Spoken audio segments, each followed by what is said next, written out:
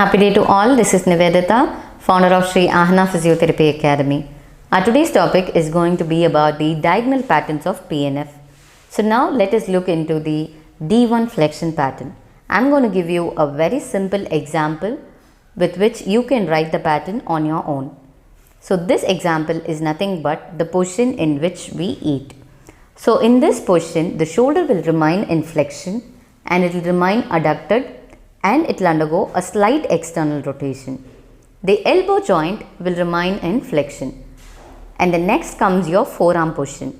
Whenever the shoulder and your elbow is in flexion for functional activities, the forearm will remain supinated. So it is automatically seen with this position, the forearm is in supination. So the next thing that you require for eating is nothing but your wrist flexion and radial deviation.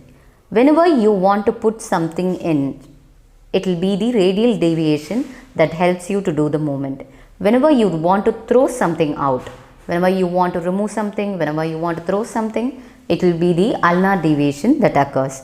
So now in this eating position, it will be your finger flexion. So the entire pattern now I'll describe to you.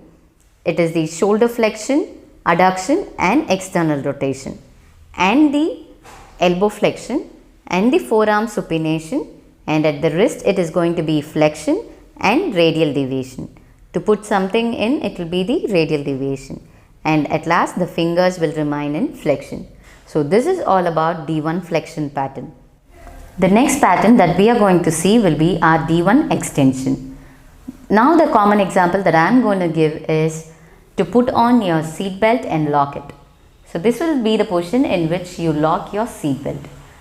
Just do along with me and feel for yourself what is the pattern that happens in D1 extension. Okay. Now when you look at my hand, you can see the position at the shoulder joint will be extension, it will be abducted and internally rotated. Now look at my elbow, it will remain in extension. When you look at the forearm, you can see that it remains in pronation. When you look at my wrist, you can see that it remains in extension and ulnar deviation. When you look at the fingers, you can feel that it is remaining extended. Okay. So this is the D1 extension pattern.